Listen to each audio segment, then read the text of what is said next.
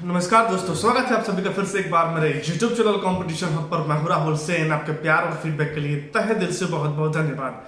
जैसा कि आपको मालूम होगा कि आज के सभी न्यूज़पेपर की जो हेडलाइंस वो केवल एक ही निकल कर आ रही है कि पटवारी भर्ती परीक्षा में जो घोटाले किए गए हैं उन घोटालों को रोका जा सकता था और लाखों युवाओं का जो भविष्य अधर में लटका है, भविष्य जो है वो आपका अंधकार में हो गया है ज्वाइनिंग के पीछे, रिजल्ट के पीछे, या फिर बात करें इस भर्ती परीक्षा में घोटाले के पीछे, तो उन सभी के लिए जो है आपका समय रहते हुए न्याय मिल सकता था और इस भर्ती परीक्षा में जो भी गड़बड़ी हुई है उन पर जो है वो रोक लगाई जा सकती थी। इसी के रिगार्डिंग इस वीडियो में चर्चा करने वाला हूँ। साथ में चर्चा करने वाला हूँ कि पिछले 2 से 3 दिनों में आपके जो करंट अफेयर्स के टॉपिक है, क्या क्या जो है वो आपके एग्जाम में आने वाले हैं, या फिर यहाँ से क्वेश्चन जो है वो आपको निकल कर आने वाली है, तो सारी चर्चा इस वीडियो में आपसे करने वाला हूं। रिक्वेस्ट ये रहेगी कि यदि आप चैनल पर फर्स्ट टाइम पे विजिट कर रहे हैं तो चैनल को सब्सक्राइब करना, वीडियो को लाइक करना और शेयर करना मत भूलिएगा, ताकि इसी तरह के अपडेट्स आपको समय समय पर मिलते रहे। चलिए शुरू करते हैं। देखिए, आप देख पा रहे होंगे, कांग्रेस ने कहा मध्य प्रदेश में हमारी सरकार बनी तो पटवारी घोटाले में शिवराज की भूमिका की जांच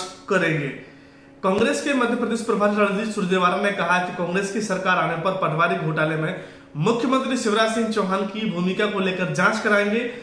पीसीसी में मीडिया से चर्चा में सुरजेवाला ने कहा कि 4 अप्रैल को घोटाले के तार सामने आ गए थे, फिर भी प्रदेश स्तर पर इसकी व्यापक जांच क्यों नहीं की गई।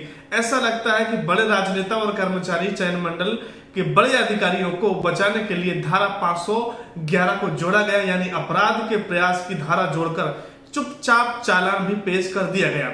सुरजेवाला ने कहा व्यापन के साथ ही डीमेट घोटाला भी सामने आया है, जिसमें डेंटल और मेडिकल टेस्ट के नाम पर 6 निजी मेडिकल और 16 निजी डेंटल कॉलेजों की सारी सीटें 50 लाख रुपए से लेकर 1.5 लाख रुपए में बेच दी गई।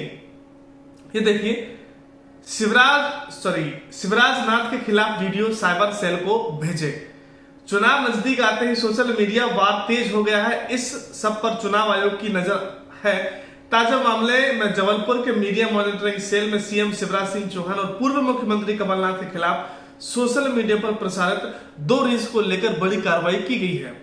रील्स को लेकर कार्रवाई की गई है। जिला साइबर सेल को ये वीडियो भेजे गए हैं। आयोग ने नियमों के मुताबिक जल्द आपराधिक प्रकरण दर्ज किया जाएगा। और देखिए, कांग्रेस के पलटवार पर जो है वो बीजेपी क्या आपका जो है पक्ष सामने आया है। सुरजेवाला ने झूठे आंकड़े परोस दिए। भाजपा मीडिया प्रभारी आशीष अग्रवाल ने कहा कि प्रेस कॉन्फ्रेंस में सुरजेवाला की खींच उनके झूठ आंकड़ों पर प्रदर्शित कर रही है। कांग्रेस केवल तर्कहीन और तथ्यहीन आरोप करने और मरने का काम करती है। बात करना तो भूपेश बघेल या अशोक गहलोत सरकार की करे, जहां कई परीक्षाएं करके युवाओं से छल हुआ है। अच्छा, मैं मानता हूं कि आप इन परीक्षाओं का उदाहरण दे रहे हैं और यहाँ पर जो है वो आपकी भर्ती परीक्षाओं में जो है घोटाले हुए हैं और इनसे बात करनी चाहिए, लेकिन क्या आप ये बताइए, आप इस बात से और इस तथ्य से मुखर नहीं रहे हैं कि मध्य प्रदेश में शिक्षित बेरोजगारों का जो है वो क्या हाल बना हुआ है, किस कदर की जो है वो शिक्षित बेरोजगारी आप मध्य प्रदेश में फैला रहे हैं, शिक्षित युवा किस तरीके से अपने अधिकार के लिए लड़ रहा है, परेशान हो रहा है। पटवारी भर्ती परीक्षा की बात कर ले तो ये कोई नया मुद्दा नहीं है। पिछले 6 से 8 महीनों से लगातार पटवारी भर्ती घोटाले की जांच के लिए जो है वो आरोप प्रदर्शन और ज्वाइनिंग के लिए जो सेलेक्ट हुए हैं वो काफी लंबे समय से प्रदर्शन करते आ रहे हैं, लेकिन सरकार के कान पर जू नहीं रह रही है, क्योंकि सरकार को केवल सत्ता चाहिए है और सत्ता के लिए वो शिक्षित बेरोजगारों का सबकी शिक्षित युवा जो है और शिक्षित युवा जिस मेहनत के साथ पढ़ाई कर रहे हैं, अपने एग्जाम निकाल रहे हैं, उससे कोई मतलब नहीं है।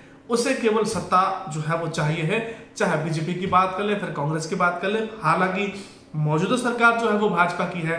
तो ये आरोप सामने आया है कि पटवारी भर्ती परीक्षा में बहुत पहले ये आंकड़े सामने आ रहे थे कि इसमें घोटाला चल रहा है तो इसको रोका जा सकता था, लेकिन नहीं, क्योंकि इलेक्शन सर पर था तो इसमें किसी भी प्रकार की सटीक जांच जो है वो नहीं बैठाई गई है। जो भी जांच कमेटी बैठाई गई है, माननीय पूर्व जो आपके चीफ जस्टिस है उनके लिए जो है वो इसकी जांच का जो है आपका जिम्मा सौंपा गया था, लेकिन आचार संहिता के चलते सारा काम जो है वो धरा का धरा रह गया है। और ये आपको भी पता है, मुझे भी पता है कि पटवारी भर्ती परीक्षा में किस लेवल पर जो है वो घोटाला हुआ है। सारी चीजें आपकी दिसंबर में जो आपका इलेक्शन का रिजल्ट आएगा उसके बाद जो है वो कार्रवाई जो है इस पर सटीक तरीके से हो पाएगी। और एक अपडेट ये भी निकल कर आया है, ये देख लीजिए। 6 साल से बंद एसआई की भर्ती परीक्षा शुरू करेंगे कमलनाथ। प्रदेश कर्मचारी कमेटी के अध्यक्ष कमलनाथ ने पुलिस कर्मियों के साप्ताहिक अवकाश के साथ जुड़े मुद्दों पर फिर से जो है मुद्दा उठाया है। नाथ ने शुक्रवार को कहा कि खुशहाल कर्मचारियों से खुशहाल मध्य प्रदेश के नव निर्माण के लिए वचनबद्ध है। पुलिस कर्मियों के त्याग एवं बलिदान का सम्मान करते हुए कांग्रेस सरकार पुलिस कर्मचारियों को सुनिश्चित साप्ताहिक अवकाश जो है वो पुनः देगी। इसके साथ ही उन्होंने वादा किया है कि एसआई की 2017 से बंद पड़ी भर्ती को तत्काल प्रभाव करेंगे। पुलिस कर्मियों के कल्याण से जुड़ी बातों और सुविधाओं को लेकर एक्स परनाथ ने कहा कि हम मोटरसाइकिल भत्ता, वर्दी भत्ता, आहार भत्ता आदि की राशि बढ़ाएंगे, रुके प्रमोशन तत्काल प्रारंभ करेंगे तथा यह सुनिश्चित करेंगे कि सेवा काल में सभी को 3 प्रमोशन मिले। पटवारी भर्ती परीक्षा में गड़बड़ी रुक सकती थी सुरजेवाला, ठीक है ना। और जो भी है आपको मैंने बता दिया है कि अच्छा आप ये बताइए कि आप बोल रहे हैं कि एसआई की भर्ती कराएंगे, रोजगार भत्ता देंगे आप, वर्दी भत्ता देंगे आप, प्रमोशन देंगे आप, और बात करें आपका कि आप जो है वो सारी भर्ती प्रक्रियाएं नियमित रूप से करवाएंगे। तो कांग्रेस के पहले भी आपकी सरकार थी, आपने कितनी भर्ती करवा दी और कितने लोगों का चयन भर्ती परीक्षा में हो गया है। और ऐसा तो नहीं है कि भर्ती परीक्षाएं जब होती हैं तो आपका व्यापम के अलावा कोई और भर्ती होती है, कोई और एजेंसी जो है भर्ती कराती है। आपके टाइम पर भी व्यापम ने एग्जाम लिए हैं, उस टाइम पर भी आरोप लगे हैं। और कांग्रेस की बात कर ले, बीजेपी की बात कर ले, तो दोनों जो है वो आपके एक ही थाली के चट्टे पट्टे नजर आते हैं। लेकिन हाँ, इलेक्शन का दौर है, इस पे आरोप मरना, उस पे आरोप मरना, आप लोगों का काम चलता रहेगा, क्योंकि किसी न किसी प्रकार से आप लोगों ने भर्ती परीक्षाओं और युवाओं के भविष्य को जो है राजनीति का, तुच्छ राजनीति का मुद्दा बना दिया है। बिल्कुल शर्म आती है कहने में कि आपने शिक्षित युवाओं के रोजगारों को जो है वो राजनीति के तराजू में तोल दिया है। केवल पटवारी भर्ती परीक्षा की बात नहीं है, और भी कई भर्ती परीक्षाएं हैं जिनको लेकर ऐसे मामले सामने आए हैं। लेकिन हालांकि मौजूदा पटवारी भर्ती परीक्षा का ताजा है और इलेक्शन भी आपका सर पर है, तो केवल उसी को लेकर जो है आप इसके ऊपर उसके ऊपर व्यंग और तंजे कस रहे हैं। इसमें आपका कुछ नहीं जा रहा है, लेकिन इसमें परिवार, बेरोजगारी और एक शिक्षित युवा जो है वो काफी आपका लंबे समय से परेशान हो रहा है। तो कृपया कर ऐसा ना करें और सटीक कार्रवाई करते हुए इलेक्शन के बाद जो है वो सेलेक्ट हुए पटवारियों को ज्वाइनिंग जो भर्ती लंबे थे उन पर तत्काल प्रभाव से कार्रवाई करते हुए उन पर जो है वो भर्ती प्रक्रिया चालू कराई जाए। इसके बाद यदि हम बात कर लें आपका करंट अफेयर्स के टॉपिक का, कि जो करंट अफेयर्स के टॉपिक आपके निकल कर आए हैं, देखिए पिछले 3 से 4 दिनों में अहम जो है वो आपके लिए देखने के लिए मैंने थोड़ा सा यहां पर भी देख लीजिएगा आप। डीजीसीए से लाइसेंस पाने वाली पहली drone company throttle aerospace system, ये क्वेश्चन आएगा कि डीजीसीए से आपका जो है वो लाइसेंस पाने वाली, ड्रोन का लाइसेंस पाने वाली पहली कंपनी कौन है, तो आपका आंसर जो है वो जाएगा थ्रॉटल एरोस्पेस सिस्टम। ठीक है, इस पर देख लीजिए आप, थोड़ा सा और देखा जाता है आपको जूम करके, अभी ठीक से क्लियर दिख नहीं रहा होगा आपको, जूम कर देता हूं थोड़ा सा, आपको ठीक से दिखाई देगा। देखिए, रतन इंडिया एंटरप्राइजेस लिमिटेड की सहयोगी कंपनी थ्रॉटल एरोस्पेस सिस्टम को उसके ड्रोन उत्पाद डीओपीओ के लिए नागरिक उड्डयन महानिदेशक से टाइप प्रमाण पत्र प्राप्त हुआ है। ड्रोन लाइसेंस बनाने वाली यह देश की पहली कंपनी बन गई है। डीओपी एक बहुउद्देशीय ड्रोन है जो सर्वेक्षण, मैपिंग, निरीक्षण, कृषि निगरानी और आपदा प्रबंधन सहित कई कार्य के लिए उत्तम है। 5 किलोग्राम से कम वजन वाला यह छोटा सा ड्रोन 49 मिनट तक 32.4 किलोमीटर प्रति घंटे की रफ्तार से उड़ान भर सकता है और 50 डिग्री सेल्सियस तक के तापमान पर काम कर सकता है। यह ड्रोन एक उड़ान में 1.5 किलोमीटर वर्ग किलोमीटर की दूरी तय कर सकता है, साथ ही एक से अधिक पेलोड के साथ अलग अलग ऊंचाई पर कार्य कर सकता है। तो ये क्वेश्चन आपका आने वाले समय में आपके एग्जाम के लिए निकल कर आएगा। इसके बाद यदि मैं बात करूं आपसे, देखिए एक ये क्वेश्चन में निकल कर आया है कि एआई सुरक्षा पर जो आपका सम्मेलन हुआ था, ठीक है, उसको रिगार्डिंग एक सम्मेलन हुआ है, तो वो आपका क्वेश्चन बनेगा किस प्लेस पर जो है वो आपका सम्मेलन हुआ है। तो सामने देख पा रहे होंगे, एआई सुरक्षा पर वैश्विक स्तर सम्मेलन ब्रिटेन में आयोजित। कृत्रिम बुद्धिमत्ता एआई सुरक्षा पर विश्व का पहला वैश्विक शिखर सम्मेलन ब्रिटेन में 1 से 2 नवंबर 2023 को आयोजित किया गया। शिखर सम्मेलन में अग्रणी वैश्विक थिंक टैंक, एआई विशेषज्ञ, प्रसिद्ध शैक्षणिक संस्थान और समान विचारधारा वाले देशों के सरकारी प्रतिनिधियों ने भाग लिया। भारत सहित 27 अन्य देशों, कितने, भारत को मिलाकर 27 देशों ने भाग लिया है। और यूरोपियन संघ ने आर्टिफिशियल इंटेलिजेंस से जुड़े जोखिमों का आकलन करने के लिए मिलकर काम करने हेतु एक घोषणा पर हस्ताक्षर किए हैं। और भी डिटेल है जो आप इसमें पढ़ सकते हैं।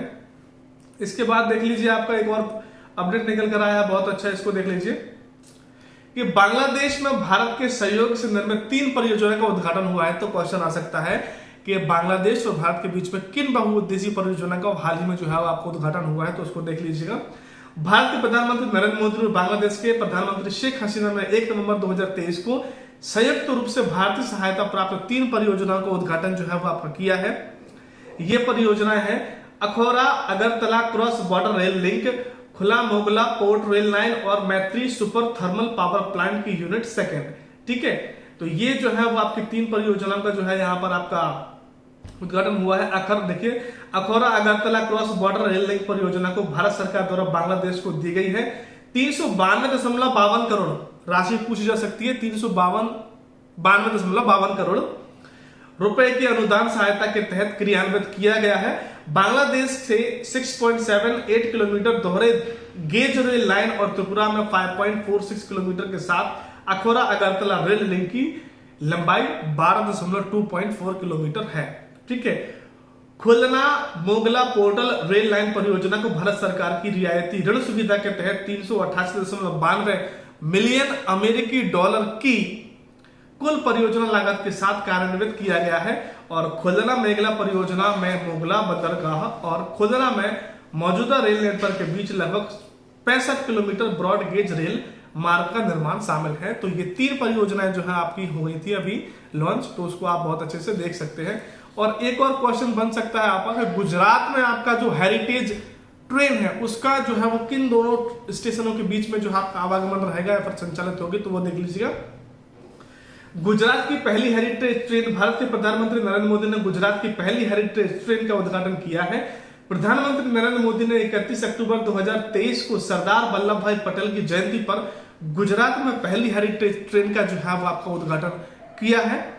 ये train Ekta Nagar railway station से अहमदाबाद के बीच चलेगी। देखिए एकता नगर रेलवे स्टेशन से अहमदाबाद के बीच चलेगी, तो दोनों स्टेशनों के नाम आ सकते हैं, एकता नगर और आपका अहमदाबाद। ठीक है, जो केवड़िया में स्टैच्यू ऑफ यूनिटी से जुड़ता है। ठीक है, यह ट्रेन यात्रियों को अपनी अनूठी विरासत के साथ साथ भाप इंजनों के बीते युग की याद दिलाएगी।